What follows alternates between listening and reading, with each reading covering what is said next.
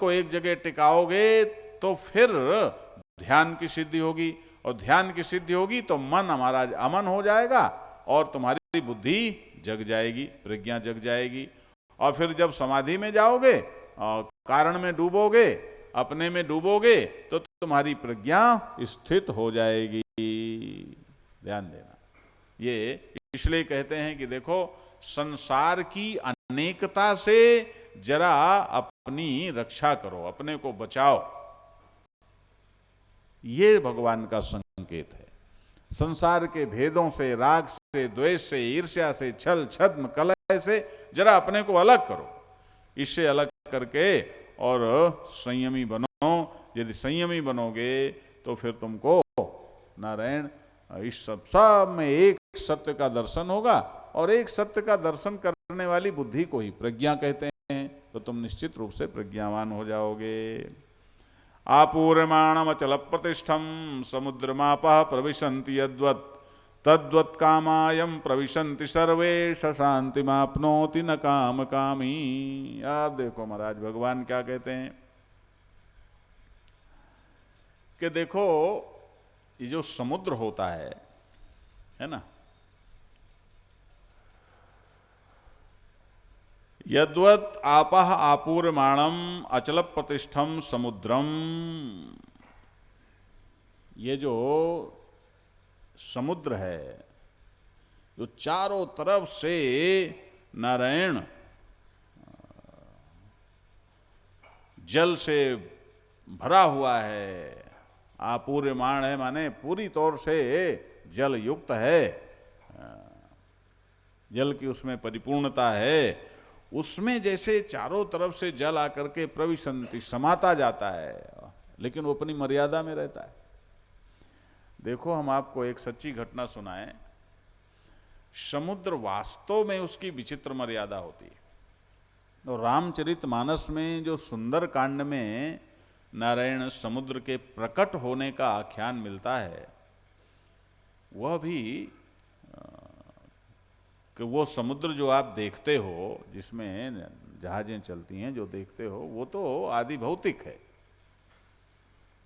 लेकिन ब्रह्म से अलग नहीं है, तो ये उसका अध्यात्म है।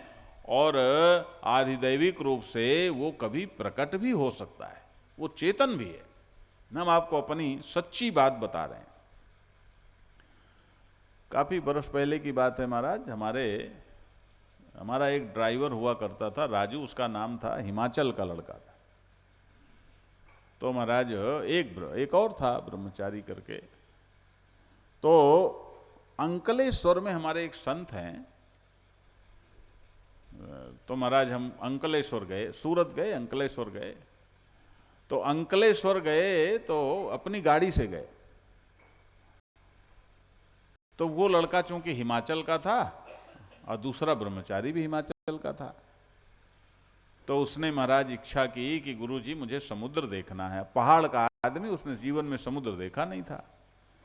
तो मैंने कहा अच्छा चलो तुम्हें समुद्र दिखाते हैं।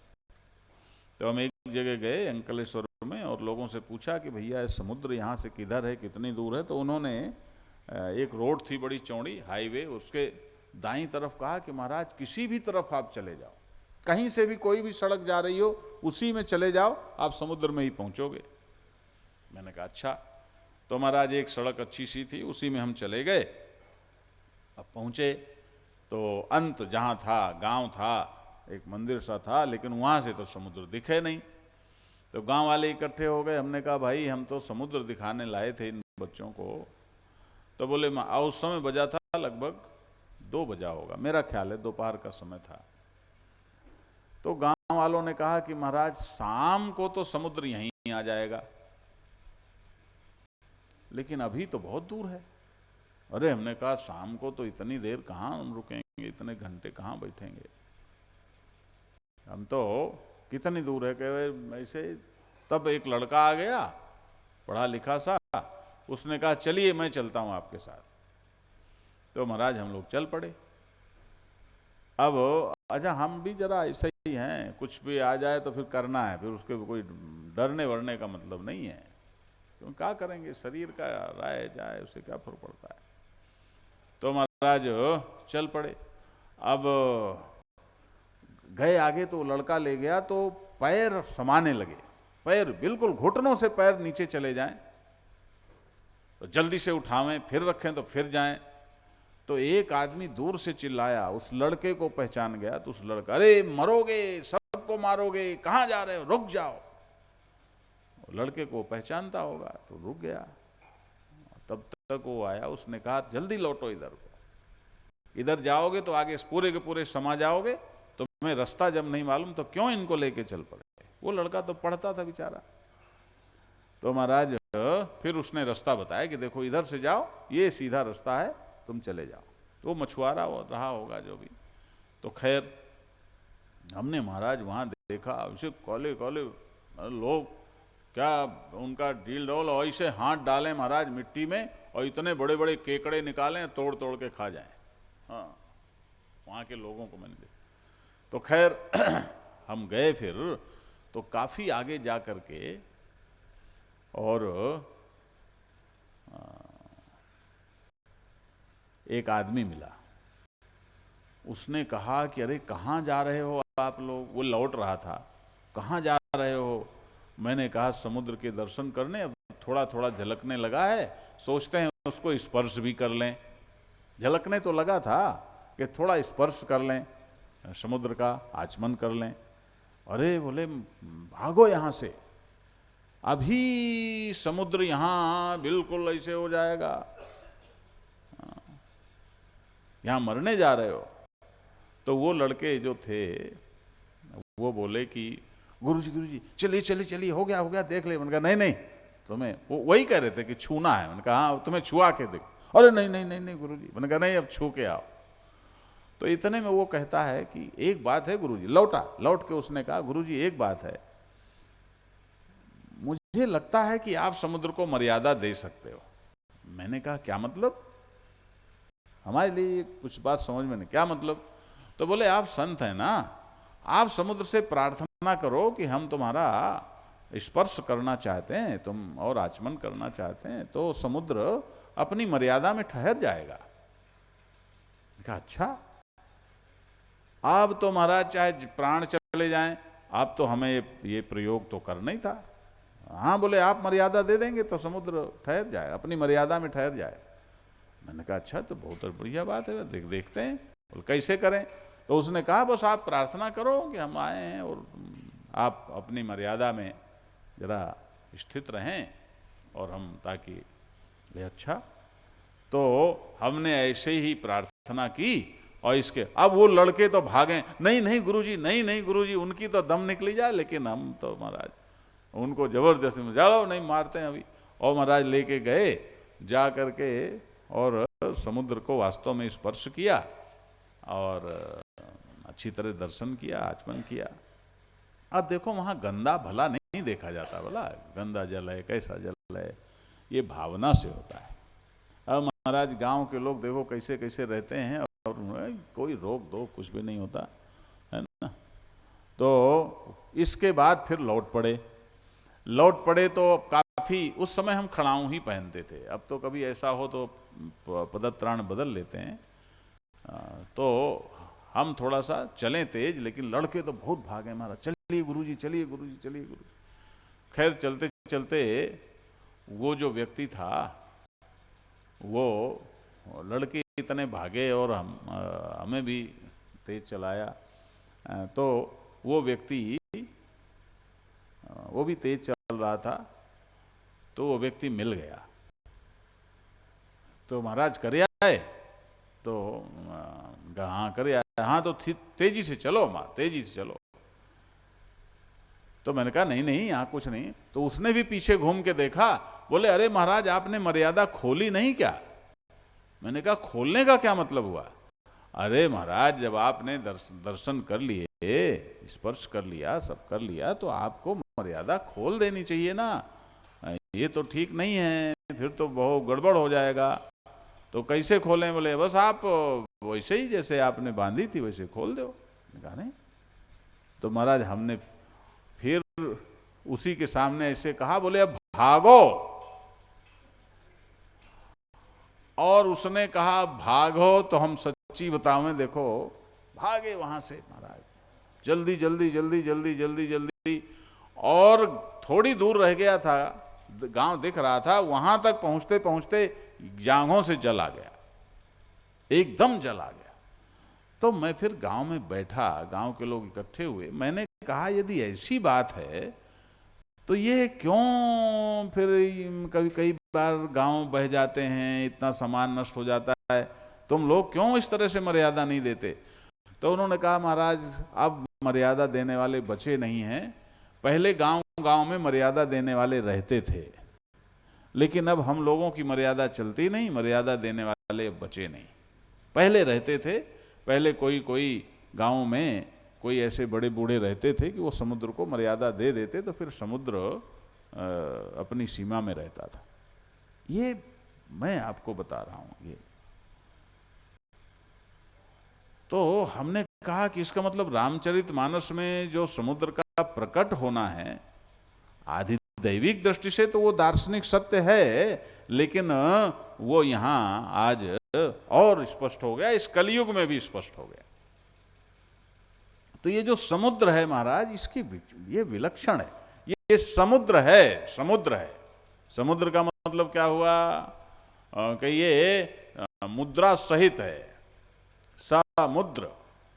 क्या मुद्रा क्या है? मुदम राति थी मुद्रा, जो आनंद में रहे हैं,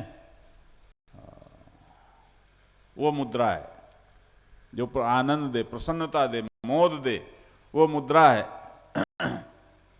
और जो तरह तरह की मुद्राएं बदले, तो वो भी समुद्र है।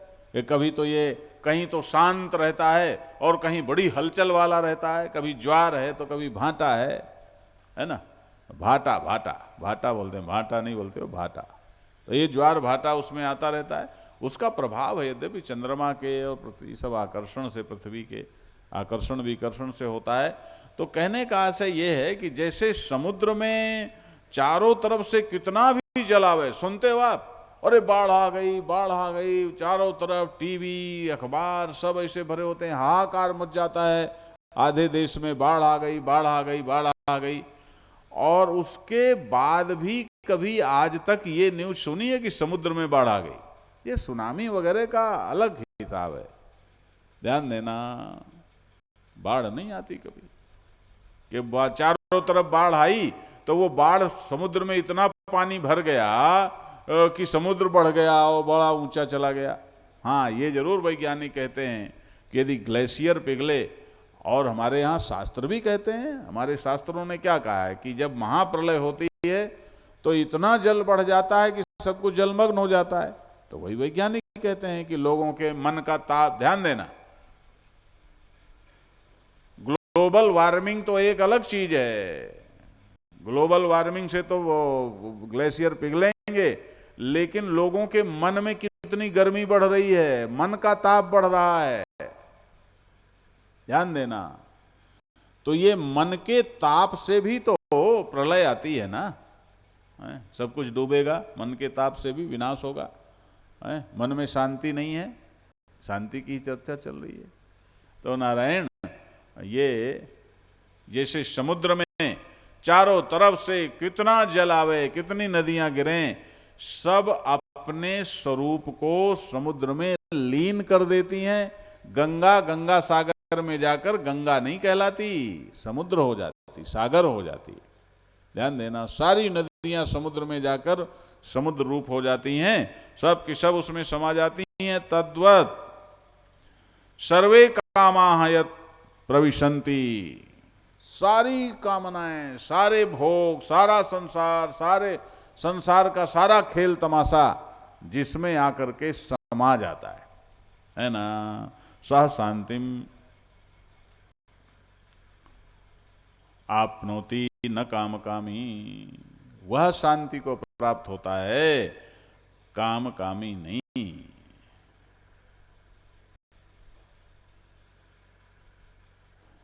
नारायण, अब ये समुद्र से जो तुलना की उसको जरा समझो।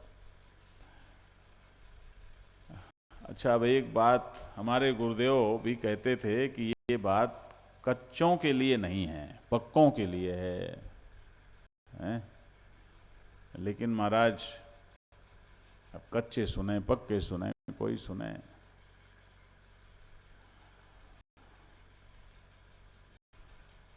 कि एक बात बताओ,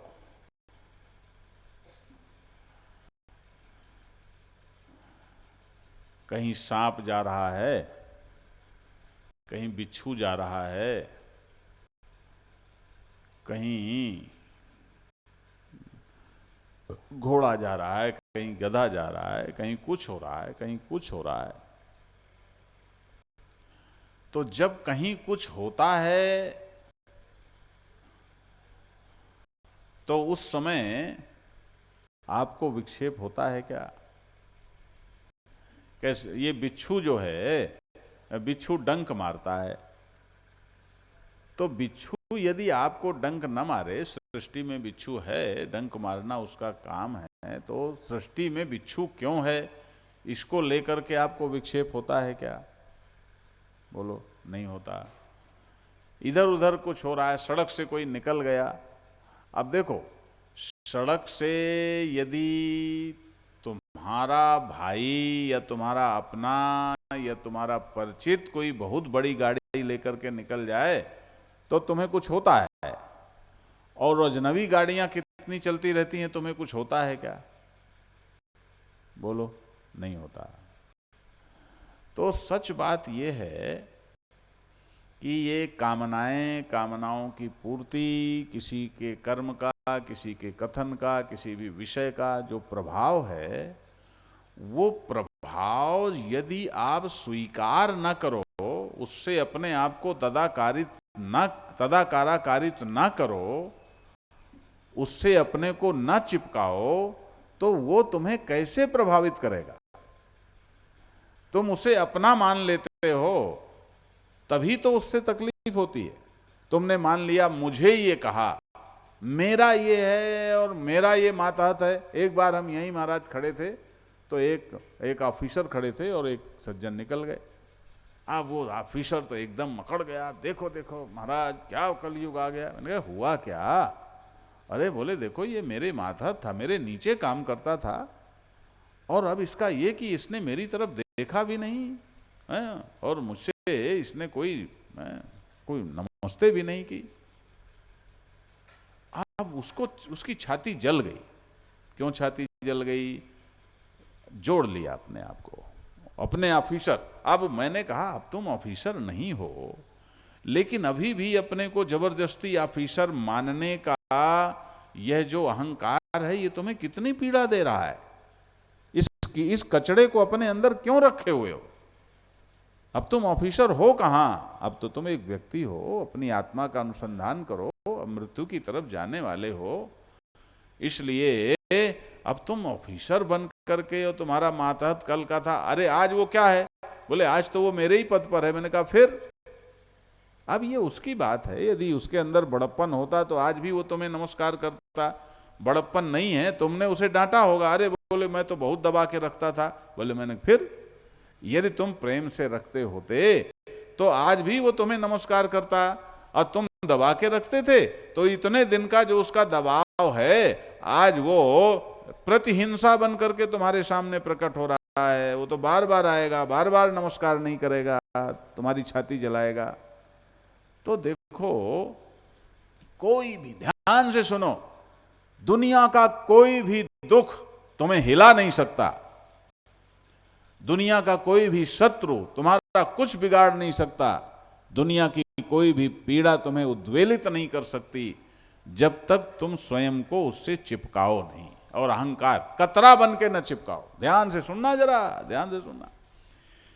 समुद्र ये विराट है, प्रकृति का एक बहुत बड़ा हिस्सा है। तो इसमें नदियां आके समाती जाती हैं, क्योंकि वो पूर्ण है, आपूर्यमाण, वो पूर्ण है। उसकी पूर्णता के कारण नदियां उसमें समा जाती हैं, उसका कुछ उसमें कोई फर्क नहीं पड़ता, क्योंकि वो पृथ्वी का एक हिस्सा है, पूर्ण। ध्यान देना। तुम्हें भी यदि तुम पूर्ण मनुष्य हो जाओ, अपने को मनुष्य मानो, आत्मा मानो, तो फिर कुछ नहीं होगा। जब तुम अपने को कतरा मानते हो, जब तुम अपने अहंकार में होते हो तो तुम्हारे अंदर कामना भी होती है और किसी कामना की अपूर्ति से भी तुम्हें व्यथा होती है और पूर्ति से भी व्यथा होती है। आप ध्यान करो जो भगवान ने पहले कहा था,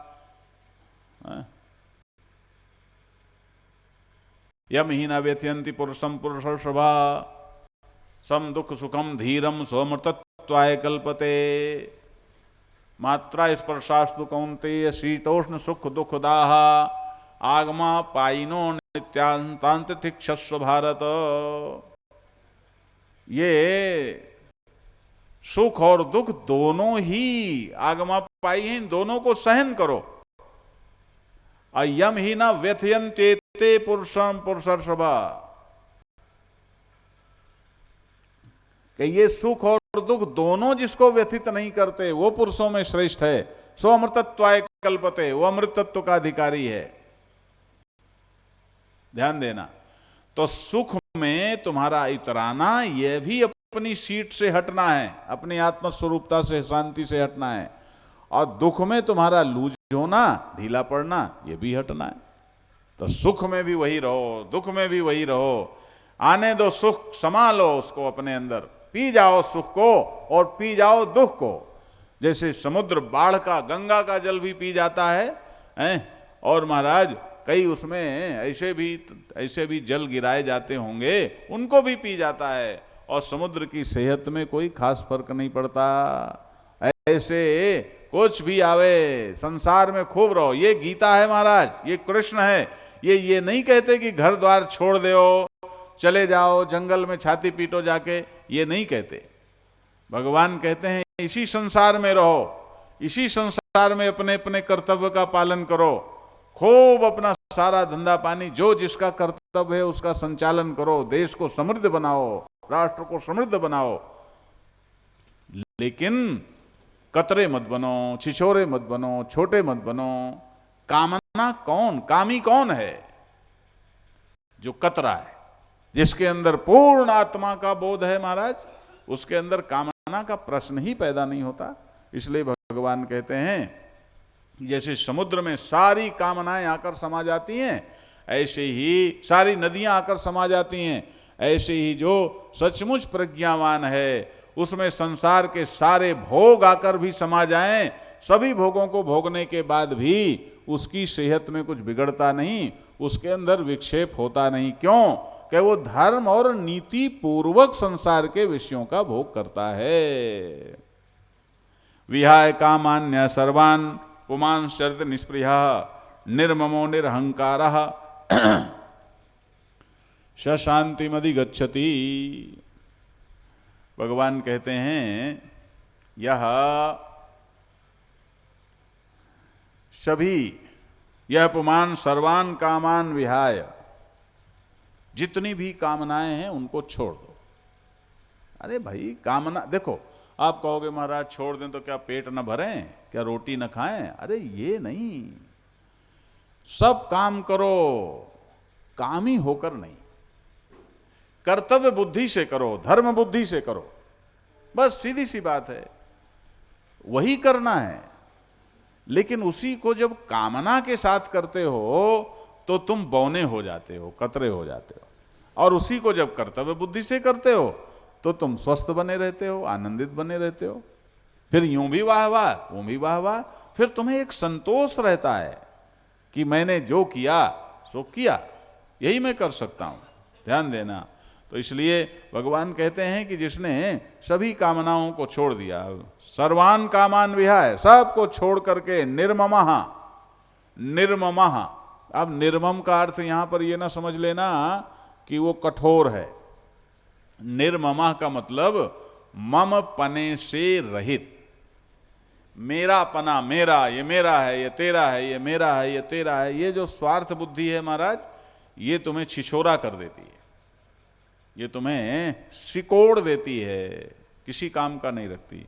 तो भगवान कहते हैं निर्ममः, निर्मम, निर्मम हो जाए, किसी चीज को मेरा क्या कहना। अच्छा एक बात बताओ, तुम जिसको मेरा मेरा करते हो वो तुम्हारी हो सकती है क्या?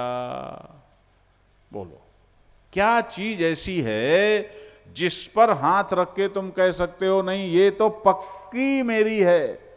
तुम्हारा शरीर तुम्हारा है पक्का? बोलो। तुम्हारी आंखें तुम्हारी हैं पक्की? तुम्हारी आंखों में जो पलक झपकती है उसमें तुम्हारा अधिकार पक्का है? क्या चीज पक्की है? इसलिए बाबा अपने हर वर्तमान में, हर क्षण, हर पल अपने वर्तमान में अपने धर्म कर्तव्य के प्रति सतर्क रहो और अपने स्वरूप में स्थित रहो, मस्त रहो। विहाय कामान्य सर्वान् पुमांश्च निष्पृहः निर्ममः निरहंकारः। निरहंकारः, ध्यान से सुनो, बहुत मजे की बात है, ये गुरु प्रसादी आपको दे रहा हूं। निरहंकार, निरहंकार का मतलब अहंकार रहित होना नहीं है। अहंकार दरअसल, अहंकार के बिना तुम रह कैसे सकते हो, ये बात अच्छी तरह समझ लो। इसलिए ये ना कहो हमारे अंदर तो अहंकार है। अरे अहंकार तो रहेगा। अहंकार माने तुम्हारे अहम की, अहम पूर्वक तुम्हारी सक्रियता। अहंकार माने अहंकृति सापेक्ष तुम्हारे अंदर का कर्तृत्व, मैंने किया है।